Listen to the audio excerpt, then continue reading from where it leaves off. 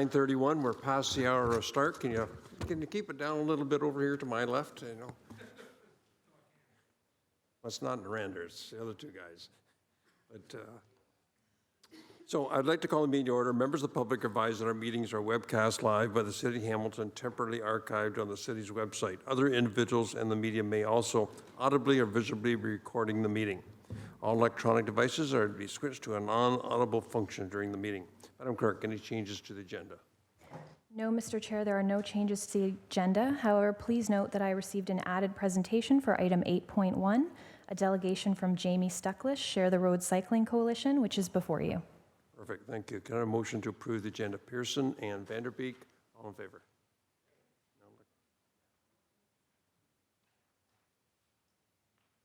Carries. Any declarations of interest?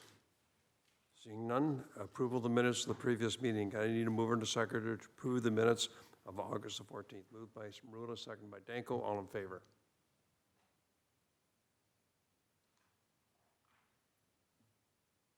That carries.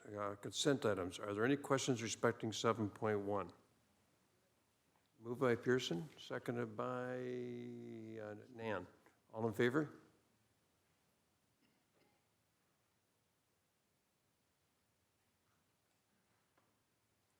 Carries. Item 7.2, there are 4 minutes of the Hamilton Cycling Committee, December 5th, April 3rd, May the 1st, and June the 5th. So I need a mover and a seconder simply to receive. Moved by Vanderbeek and seconded by Pearson. So Councillor Jackson. Thanks, Mr. Chairman. Just procedurally, appreciate all the work the Cycling Committee does. And it may be an onerous task for, from the clerk's standpoint and with the committee members, but we're getting minutes back from 9 months ago, and I just think if there's any, I'm only asking that if there's any issues that may be timely, that Public Works Committee that it reports to may need to be aware of in terms of the discussions at the subcommittee level. It'd be nice to know their positioning in advance and a little more timely in terms of 8-9 months away. So I'll leave that with the clerk. I don't need any answer today from LC Davenport, but it just struck me as odd that some of these issues we may have already discussed, and there might have been some information that was germane that may have helped me and or committee in terms of final votes. I'll leave that between yourself. Does anyone in staff wish to comment on that today? I don't know. Not meant as any condemnation, but just a understand. suggestion. Acting Director. Is there anyone in staff you'd like to have answer? I think it's a good question. Go ahead. So through the chair, we recognize that that delay is unacceptable. We will be completely up to date by the next Public Works Committee for the past minutes. There were some issues with the organization and the preparation of the minutes for following a certain previous ways that we had submitted the minutes were not acceptable, so we had to redo some of the minutes to make sure that the formatting followed the proper procedures. So again, we do recognize your point is very valid, and we recognize that. Thank you. Thanks, Steve. I'll leave that with you. Thanks for hearing me out, Mr. Chairman. Okay, I have no more speakers, so we just need a verbal approval. All in favor? Any opposed? That carries. Public delegations. Item 8.1 is Jamie Stuckless, Share the Road Cycling Coalition. I'd like to call upon Jamie. Sorry, could we please get a mover and seconder on the minutes? Yes, it was. Yeah. Apologies, thank you. Okay. I'd like to call upon Jamie Stuckless to Share the Road Cycling Coalition to delegate Respecting the Bicycle-Friendly Communities Program. And so this time, you're here. Welcome. So you have 5 minutes for your presentation, and the floor is yours. And we do have the presentation that you sent through to us in front of us. So go ahead. Good morning, and thank you for the opportunity to be here. My name is Jamie Stuckless, and I'm here on behalf of the Share the Road Cycling Coalition to speak with you today about Hamilton's designation as a bicycle-friendly community. So for those of you who are not familiar, Share the Road is a provincial not-for-profit organization that has been advocating since 2008 to make Ontario the safest place to ride a bike in North America. We do this work for many reasons. One is because there are already people out on our roads who are riding bikes, and we want to ensure that their transportation and recreation is safe. So a recent poll that we conducted shows that 6% of Ontario residents report that they are already cycling daily or almost daily. On top of the existing cyclists, we know that there is a demand amongst Ontario residents to cycle more. And that same poll showed that 32% of Ontario residents would actually like to be cycling for their commute to and from work. But for a variety of reasons, they are not yet doing so. So we'd like to help get them on bikes. And lastly, Share the Road, like a majority of Ontario residents believe, that helping to get more people on bikes benefits everyone and not only the people who cycle themselves. So one of the programs that we are running in Ontario that I'm here to speak to you about specifically today is our Bicycle Friendly Community Awards program. And we run this in Ontario with the support of our partners at the Canadian Automobile Association.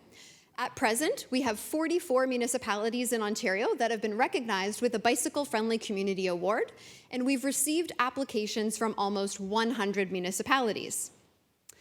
So in terms of how the Bicycle Friendly Communities program works, it is a free program. Municipalities submit an application, and they let us know everything that is happening under what we call the 5 E's of being bicycle friendly. This is engineering, education, enforcement, encouragement, and evaluation and planning. We, along with our judging committee, take that information, and qualifying communities receive an award of bronze, silver, gold, platinum, or diamond. And regardless of whether a community receives an award, they do get a feedback report from us outlining what we think could happen in the community to get to a higher level. And it's based on North American best practices. And each award is valid for a period of 4 years. So in late 2018, we received an application to the program from the City of Hamilton, and our judging committee renewed Hamilton as a silver bicycle-friendly community. So I wanted to share some of the positive things that are happening in Hamilton that we wanted to recognize and celebrate with this award designation. Under encouragement, we were impressed with the events that you're running, like Bike Day, Winter Bike to Work Day, and the Everyone Rides initiative that are helping get people excited about riding a bike. Under engineering, we wanted to recognize the growing number of protected and separated bike lanes that are being built in the city, as well as your very well-regarded bike share system.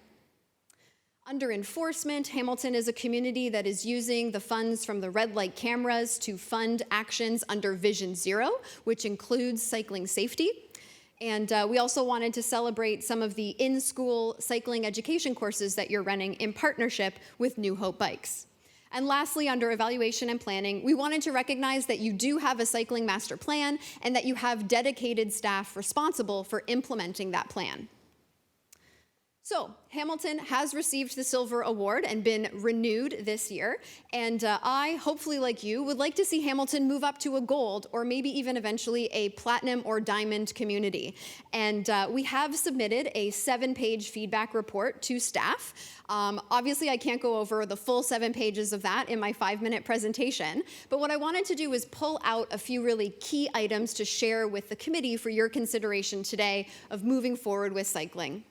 So I wanted to highlight that we'd really like to see Hamilton focus on developing a minimum grid of all ages and abilities cycling infrastructure. We'd also encourage the city to look at the existing network and identify priority gaps to be filled, as well as to look at opportunities to upgrade existing facilities you have to meet an all ages and abilities standard. And in order to accomplish this, we would recommend that the city look at increasing the annual infrastructure funding for cycling through the capital budget in order to actually achieve all of this and implement the cycling master plan.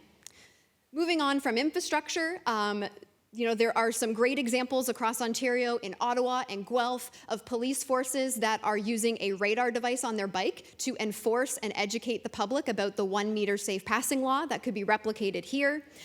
We also understand that bike theft is a growing problem in the city, and so we recommend that the committee and the police look at adopting Project 529, a national bike registry program. And lastly, we'd encourage you to look at developing and sharing a clear plan for cycling accommodations during the upcoming LRT construction, as well as sharing and consulting on a clear plan for cycling connections to future LRT stops.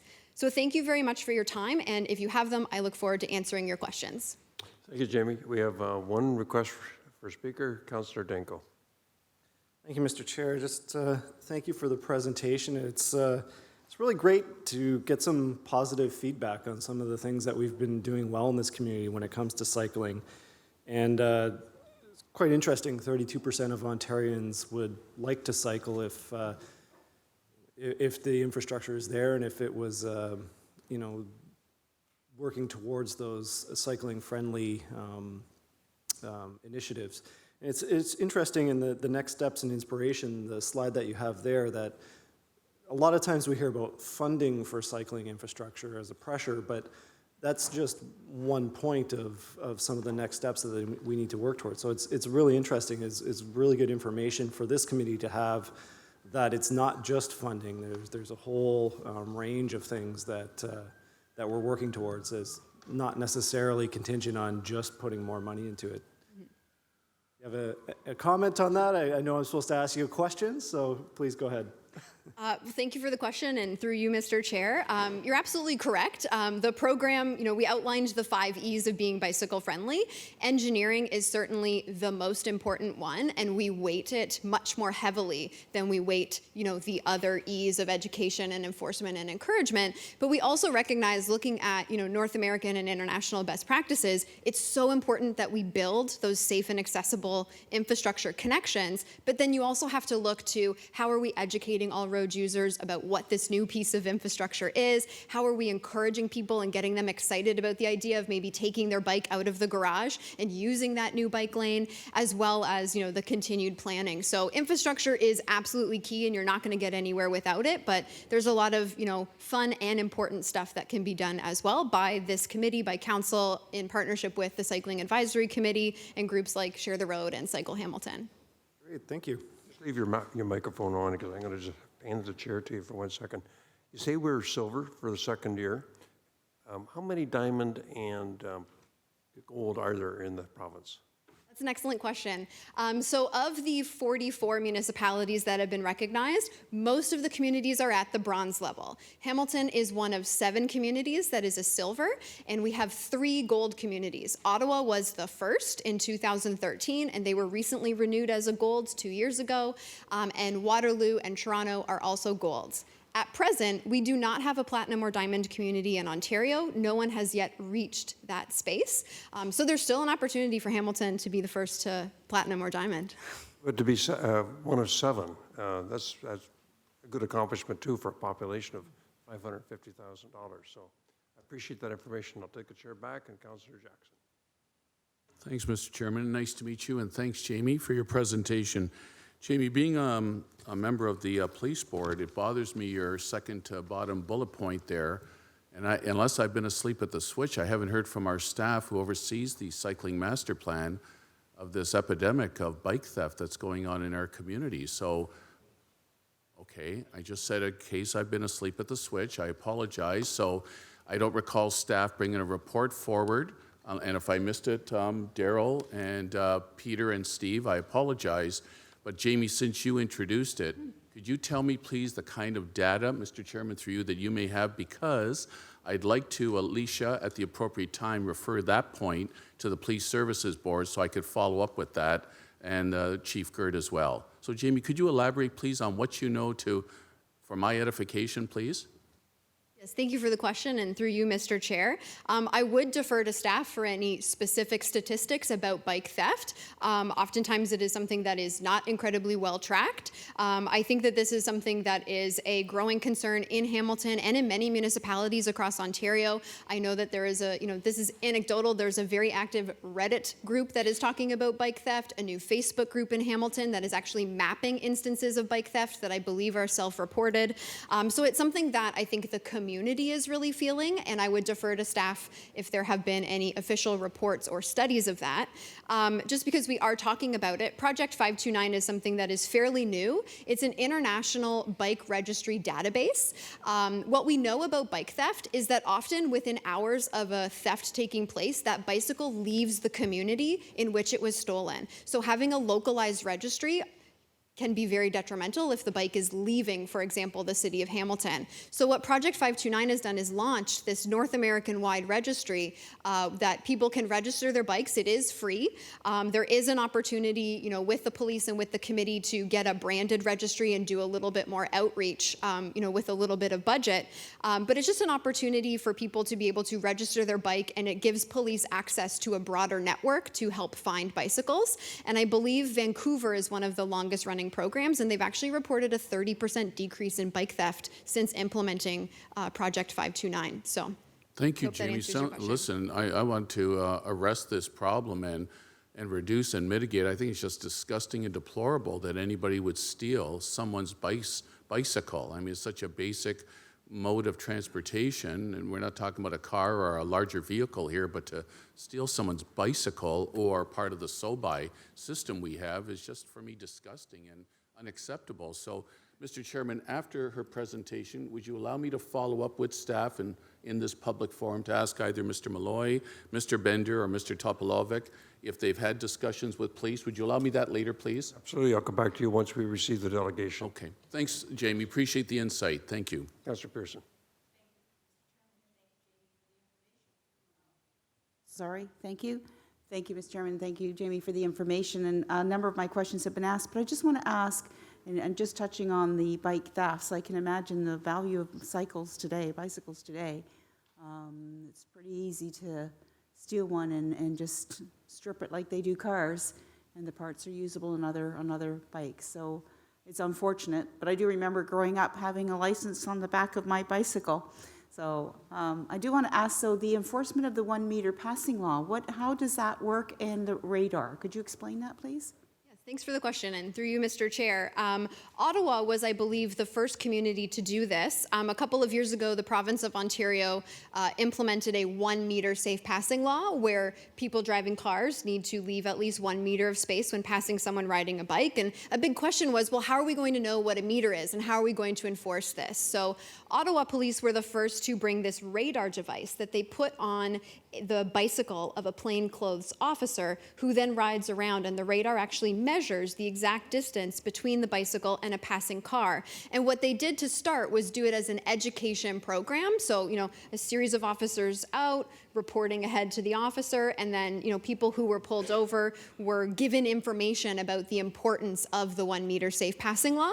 And then after a series of education initiatives, they began to enforce and hand out tickets. And I believe that Ottawa police have, shared this information, and other communities like Guelph have followed up and used this radar device as well. So it is an enforcement piece, but it's also a really great educational initiative to, let drivers know about this fairly new law. Thank you very much for that. Thank you. Councillor Pauls. Came in late, so I had another appointment, so I wish I, was here. I was asking the same thing about the 1 meter passing law. That's another thing we're asking the police to enforce and educate. I mean, it is hard. I know I bike, and when I bike, we have a drafting. Some people, all the bikes get together, so we all help each other when we do a long, So that I understand. You have to be careful, and it's education. But boy, we're really getting into the nitty-gritty here to even let the police have a radar to do this, and then do we issue a ticket? Do we? If they don't? If it's not a meter?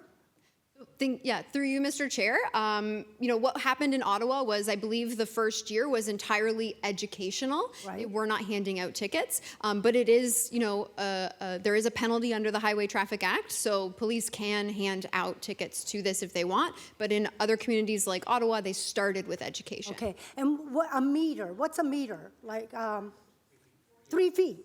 And so enforcement of 1 meter passing law, I find that it would be hard. I mean, education, telling people that you shouldn't, you should give more time, I understand. I just can't see how we measure. I mean, I've been in so many races that people had penalty because they were too close. It's called drafting. And even that, you can't even measure. So I find it really unbelievable they're doing this, but I think education is more important. To say, you see a bike, make sure you give them enough room and all that. So anyways, and I wish I was here earlier. I would have listened more, but I love biking. I think it's great to have people more on the bike. We have to be careful, too, of accidents. So that's all I'm saying. Thanks. Thank you. Jamie, just for clarity to the committee, when Ottawa does the measurement, is it 1 meter from the curb or from where the bicycle is? So it's 1 meter from the edge of the bike to the edge of the car. So what do you do when a cyclist is halfway out in the lane? You would treat it as you would another slow-moving vehicle. If you were out on the road and there was a slow-moving farm vehicle, kind of half on the road, half not on the road, it is up to the person who is doing the pass to ensure that the lane is clear. Oftentimes that will mean you need to signal, leave the lane, and make a safe pass. And that's usually the best way that we explain it. It's the same as if you encountered another slower-moving vehicle. It's up to you to make sure that there is adequate. So there's no requirement in the law that the cyclist must stay within, say, 1 meter of the curb? No, that is not specified, and legally, a person on a bicycle can take the full lane. Okay. Okay, so Councillor Wilson. Thank you, Jamie. Just a quick question, perhaps for follow-up later. The annual infrastructure funding for cycling, in your assessment of the other 40 or so municipalities, is that benchmarked? So do we know how Hamilton, for example, compares to the gold? Do we have that information? Thank you for the question, and through you, Mr. Chair. So we don't have a per capita spending comparison, and oftentimes through a budget it is quite hard to identify every single dollar that's being spent on cycling. I think that Hamilton did do a very good job of this in 2019.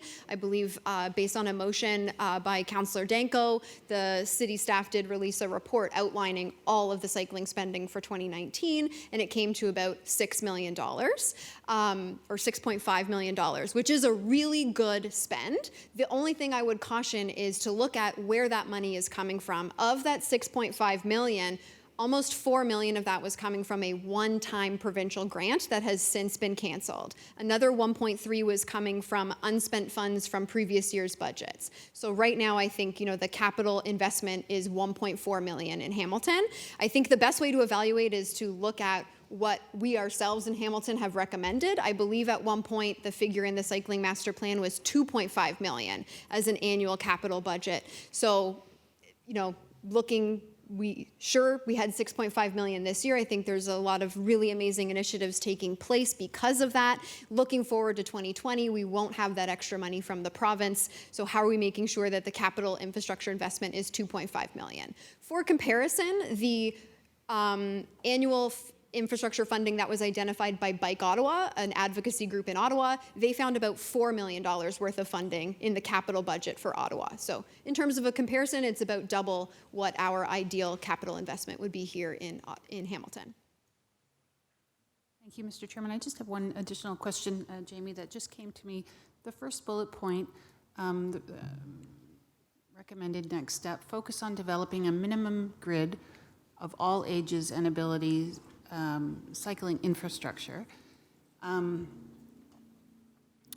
I was wondering if you could, two sort of parts to that question.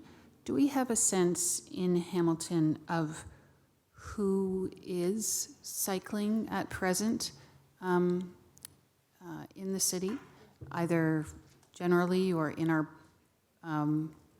bike lanes? And secondly, with your knowledge as it is, can you speak to me about, it's a loaded question, but the importance of protected cycling to getting those people on the road? Yeah, thank you for the question, and through you, Mr. Chair. I think if it's okay with you, I'll tackle the second part of your question first. In terms of, building the protected, separated, safer infrastructure, that's what we mean by all ages and abilities. This is actually a standard that's identified by a group called NACTO, the National Association of Transportation Officials. It's a group out of the United States, but I believe Hamilton is now a member municipality of that organization, and they have guidelines on all ages and abilities abilities infrastructure that makes sure that our roads are exactly as that sounds. We want to make sure that no matter how you're traveling, and especially by bike, that what we're building is not just safe and appropriate for that 6% who are already cycling. People who have self-identified as confident cyclists who are out there already. When we hear that there's 32% of people in our community who are actually not getting to make the transportation choice that they feel would best suit their life in the morning, we have to ask why. And the why is they don't feel safe. So, a painted bike lane on a fast-moving road may work for certain people, but we're not going to grow cycling with that. And that's where all ages and abilities come in. It's often separated, protected infrastructure. You want to build stuff that, an 8-year-old could cycle to the library with their, parent or grandparent or guardian, regardless of their ability. So I think that, that's why we're really working with the city to build a different type of infrastructure that provides that separation and safety, because we're not meeting the needs and choices that our residents would like to make with what we have now. So I think that would be the importance of it. It's kind of providing that transportation choice that is actually safe. And with regards to knowing kind of exactly who's cycling right now in Hamilton, I think I would probably defer to staff for any recent studies of that have been done. I know staff have access to the SOBI data and various other surveys, including the Transportation Tomorrow survey. So I would want to defer to staff just on the specifics of that. But thanks for the question. Rula. All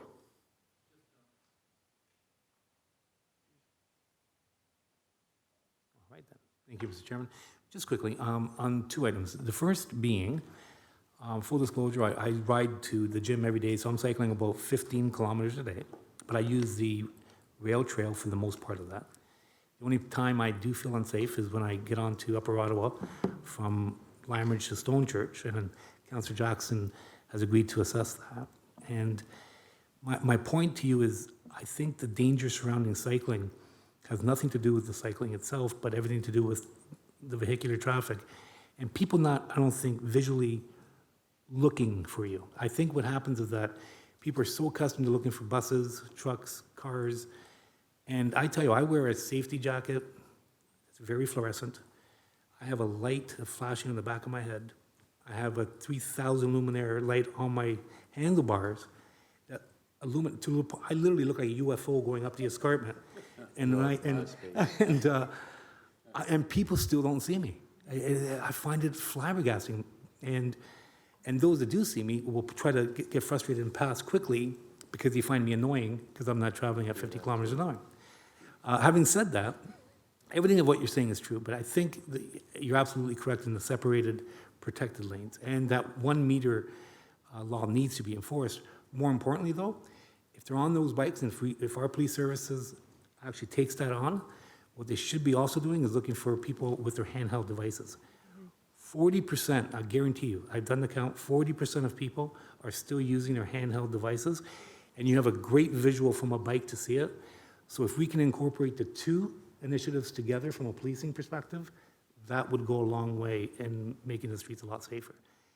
I know that it's not criminal yet, and it should be, because everything I've read statistically is that using your handheld and driving is actually far more dangerous than drinking and driving, yet it's not deemed a criminal act, and it should be. And I think we should be having staff assess that accordingly to encourage the criminal code to be amended from a federal perspective at one time. So I just wanted to add that today, but I appreciate your presentation, and I also appreciate our council. Being silver is not gold, but we're moving in the right direction, and the fact that we are in the highest percentile in the province speaks volumes. So I think we should applaud ourselves as well. So I appreciate your time, and thank you, Mr. Chairman. Thank you. And Councillor Nan. Thank you, Mr. Chairman. Thank you, Jamie, for your presentation and delegation this morning.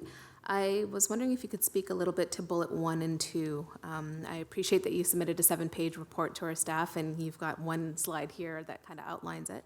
But from your assessment, can you speak to any of the specific gaps regarding our minimum grid as well as priority network? So thank you for the question, and through you, Mr. Chair, I think that the all ages and abilities review of the existing network would probably be a very useful tool. I think we've been building bike lanes for a long time in Hamilton.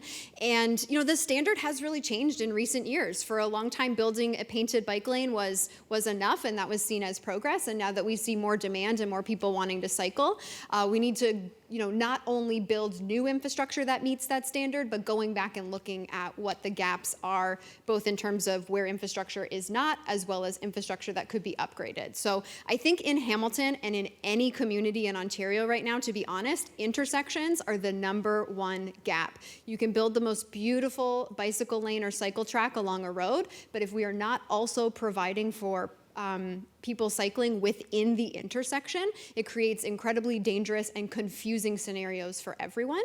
So I would say, without getting into the nitty-gritty of the network, blanket an overview of intersections. This is something that is an issue in Hamilton, but every municipality in Ontario is facing this. And again, I think looking to a community like Ottawa, they are starting to build something called protected intersections, where we do plan for people cycling within the intersection. So there are examples internationally, but also here in Ontario. So anytime that there's crossing, anytime that a facility meets, if it's a trail, are we also, is the trail lovely? Is it also lovely to cross a road, or do you get to Stone Church Road and there's not a light for you or an ability to get across that road? So really kind of finding what those pinch points are. And I think similarly, looking at bike lanes, if they are painted, if there are spaces where it becomes that dotted line and everybody's expected to just figure it out, cars are turning right across the bike lane, that just creates a scenario that feels very unsafe for most people who would like to cycle. And as a driver, it also feels incredibly unsafe. So finding the opportunities like that, I think, is a really great place to start. Great, thank you for that. And then I guess there would be a question through the chair to staff after the presentation. Okay, so I have 2 councillors now that want that. So I have no more requests for Jamie. So thank you for your presentation. A motion to receive. Moved by Pearson, seconded by Vanderbeek. All in favor, and that's carried. And so thank you. And I'm going to turn back to Councillor Jackson now for a question of staff. Thanks, Mr. Chairman. So between the 3 gentlemen, through you to Manager Steve Malloy, please. Steve, you heard the essence of my curiosity on bike theft. So first of all, can you educate me as to, is this a rampant epidemic in our city, what the stats show? And then secondly, I've got a motion here, Steve, about possibly, if with committee support, pushing you in the direction with Hamilton Police Service to look at the feasibility of launching 529. So, Mr. Chairman, through you to Steve, please. So through the chair, we always try to coordinate any statistics that is tracked by Hamilton Police Services. Our section does not track those statistics. We coordinate any requests for that information through Hamilton Police Services. A couple of years ago, when we were updating the citywide cycling master plan, we included a bicycle parking strategy. As part of that creation of that bicycle parking strategy was identifying mapping that Hamilton Police Services provided on bicycle theft statistics, so we can make sure that we have at least secure short-term bicycle parking available for people to securely lock their bikes. That is one infrastructure piece that we can do to help to minimize that bicycle theft. We're also trying to coordinate with our cycling committee to, again, educate people to how to lock their people's bicycles properly, to lock them, have proper locks. That is something that we certainly can pick up again and improve through the cycling committee to advocate for that, as well as work with Hamilton Police Services on your forthcoming motion. Okay, Steve, I appreciate all that, but I don't think you answered my question. My question was, Jamie alluded to, I'm paraphrasing, that we've got a bike theft problem in our city, and you're part of that in terms of the overall cycling master plan. You, Daryl, and Peter regularly work with our cycling subcommittee. So do you not have a file that shows, whether in conjunction with police or not, the data that, yes, we've got a serious problem? Here's the increase over a period of 5 years of bicycle thefts, or no, counselor, it's actually held steady, or no, counselor, we may challenge that notion that bike thefts are increasing. I was looking for more hard data, Mr. Chairman, through you to Steve. Steve? So through the chair, I do not have anything at my fingertips, but it's something that we will report back on. Okay. All right, fair enough, Mr. Chairman. Then I've got a motion that would support what Steve is willing to do, which I'm grateful. This is to ask for more information. Exactly, and in conjunction with police service, if you come back to me after all the speakers are done. Okay, Councillor Nan. Chairman, to staff, are we currently using a all ages and abilities assessment tool in our cycling master plan and how we're planning for future lanes and lanes that are planned for and those that we're hoping for? Through the chair, not specifically the All Ages and Abilities Toolkit. We do use the Ontario Traffic Manual, Book 18, for the construction of bicycle facilities, which would include some elements of that. And just so for my clarity, because this is all new information for me, is it a feasible tool for us to integrate into our city planning process? Through the chair, we can certainly look at the feasibility of using it in concert with the Ontario Traffic Manual. Excellent. And then another question through the chair to staff around the final bullet in the presentation around developing and sharing a clear plan for cycling accommodation during the LRT construction and for cycling connection to LRT stops. Any comments by staff about whether or not that is being integrated into the construction plan? Through the chair, in terms of the connections, absolutely. We are working with the LRT office on how to integrate that. Certainly, as that project progresses, we have already committed to coming back to committee about construction accommodation in general, and the LRT project would be obviously a part of that. Okay, thank you very much. Okay, Councillor Jackson, will place your motion. Oh, Councillor Maroulo's here. You had what? Okay, Councillor Jackson. So, Mr. Chairman, thank you. Moved by myself and seconded by Ward 5 Councillor and fellow Police Service Board member Chad Collins.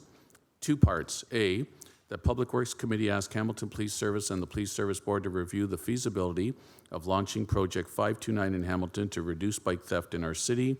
And that B, that city staff work in conjunction and collaboration with Hamilton Police Service with information sharing to determine the feasibility of implementing Project 529. Seconded by Councillor Collins. Okay, so Thank you. Councillor Maroulo or Councillor Nan, is your questions around this motion? Okay. Okay, so I have no other requested for speakers, so all in favor, this will be electronic vote.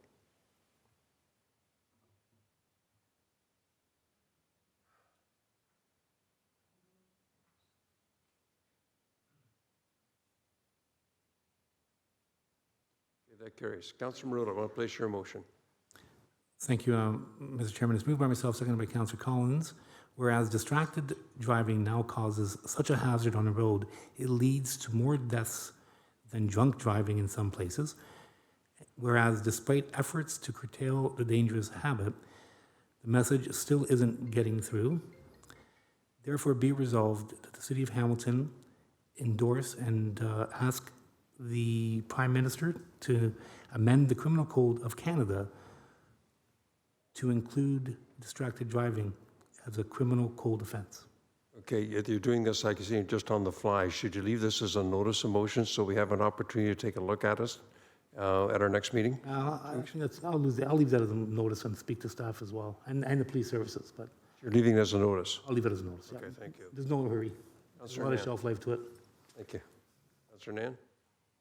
Thank you. Through the chair, I just wanted to clarify whether or not I need to put forward a motion around directing staff to look at the feasibility and potential integration. I'm having trouble hearing. I was wondering if I need to put forward a motion or if that direction to staff is going to be integrated in terms of the feasibility and potential integration of the all ages and abilities assessment tool. Okay, is that a notice of motion also? I suppose so. I was looking to the chair and staff on whether or not I need to put forward a motion for that direction or if that is implied. I'm going to ask for a clarity question, though, from Steve. Steve, what takes precedent in law? Is it the traffic manual, or is it all ages and abilities? So through the chair, my apologies. I should probably elaborate more on some of my answers. Certainly, when we talk about complete livable, better streets, and that is a policy direction and framework and a direction that we want to go. That certainly has that all ages and abilities and income, the equity piece that we are trying to build into our road designs. Certainly, we have guidance from the province on the design of bicycle facilities and other elements of the roadway. And our city policies, in concert with those provincial guidelines, really has that lens of all ages and abilities to make sure that we incorporate those considerations on every single road project that we do, whether it's a bicycle facility or not, in trying to create a more comfortable environment for all road users. Okay, I think what I heard you say is that you're already using it as a guideline, the all ages and ability. You clarified that from your previous response. Okay, Councillor Nan, any further on that? You okay? Are you satisfied with that answer? Okay, thank you. Okay, so I think, Councillor Danko. My apologies, Mr. Chair. Since this is notice of motion day, can I ask for some guidance on a motion for Hamilton Police Services to review enforcement of the 1 meter passing law, replicating the work done in Ottawa, Guelph, and other communities using a radar device? Can I make that motion as a Public Works member to Hamilton Police Services, or how does that work? You have to get a motion of the committee and ultimately council to refer anything forward to Hamilton Police Services. But once again, you're doing it on the fly. I'd appreciate if you leave it as a notice of motion, so it's in front of us at the next meeting. I will leave that as a notice of motion. Okay, thank you. So let's move on now to proposed permanent closure and sale of land on Hat Street in Dundas.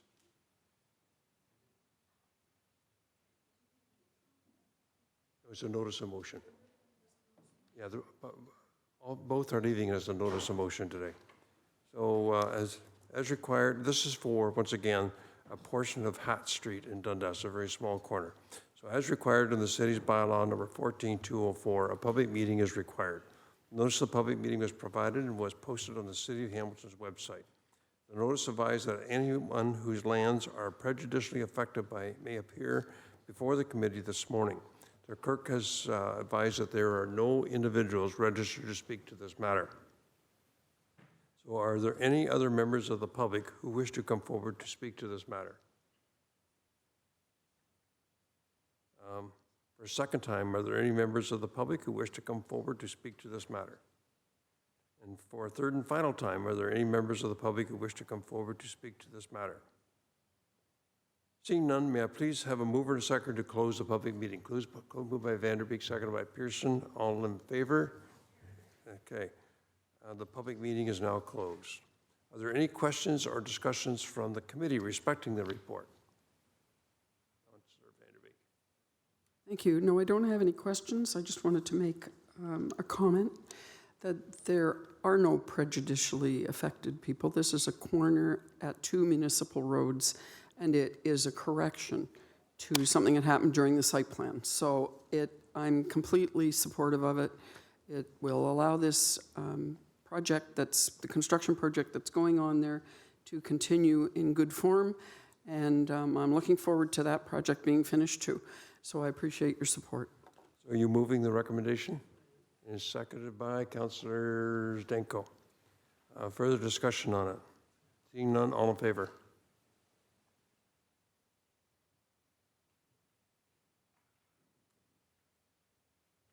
That carries. Okay, let's move forward to 10.2, which is the Airport Employment Growth District. And the committee doesn't want to go into closed session to discuss confidential. Item B, we can move to. We just did 10.1. Oh, you're right. Okay, I'm getting ahead of myself.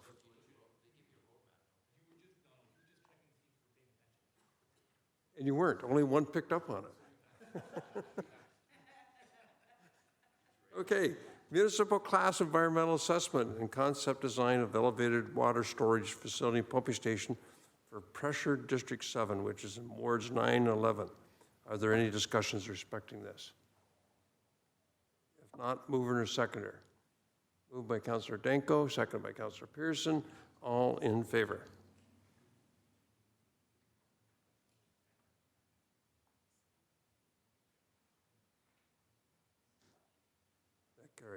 Okay, now we can move on to the Airport Employment Growth District. And if the committee doesn't want to go into closed session to discuss the confidential part of this, as your board chair, as your committee chair, I would like to go into closed session. I have some questions around this that I think the committee needs to discuss. I know you probably want to get home, but get away. Okay, we won't be long in camera. It just worries me with some of the information that was laid out in that in-camera part. So,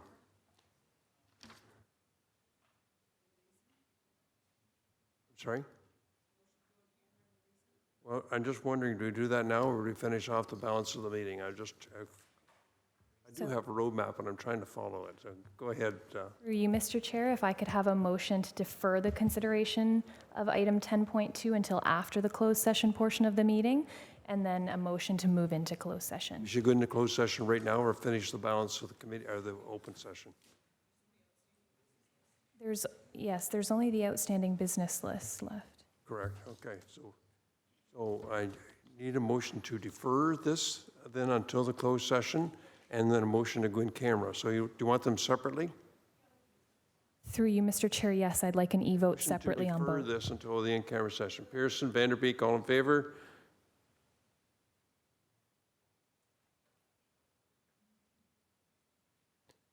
And now a motion to go in camera.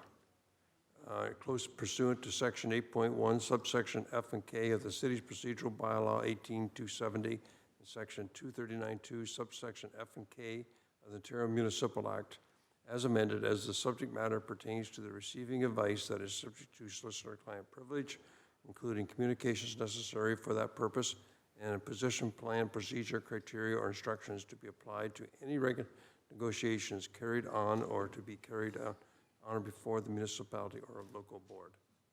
I'd ask that you're moving it, seconding it, and all in favor?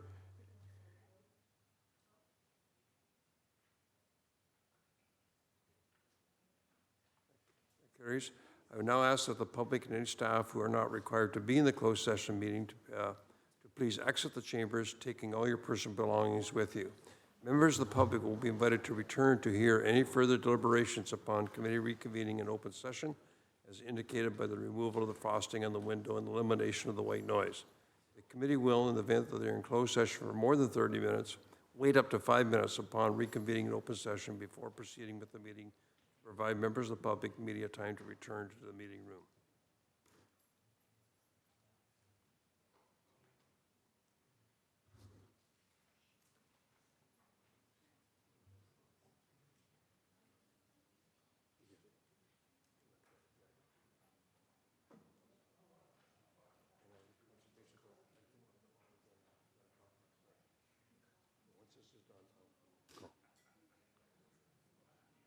Listen to you.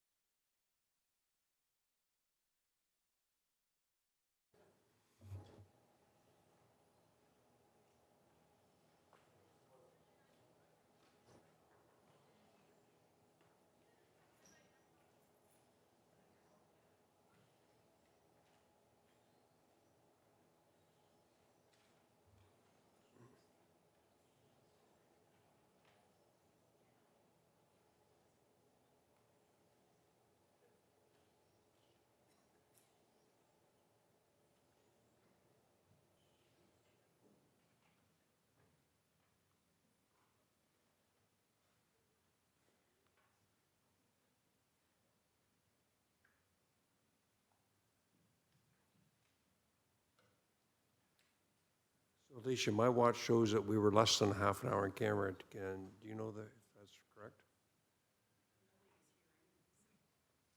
There's no media here. Yes, I have just under half an hour. Okay. So are you good to go, or do you want to open the other door?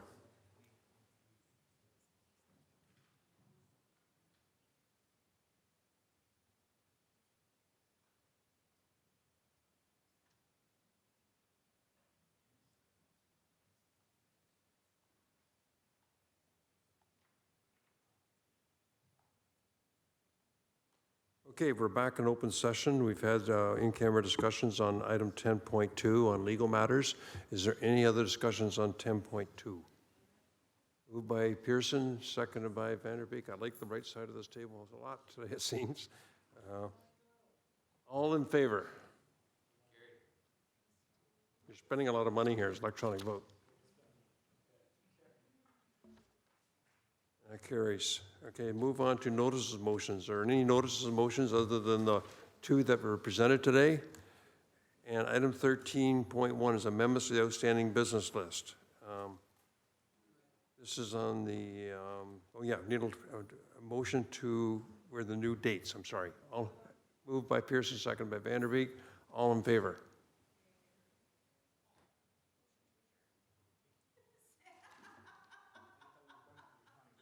And we're under 11 o'clock. And a motion to adjourn. Moved by Pearson, seconded by Collins. All in favor?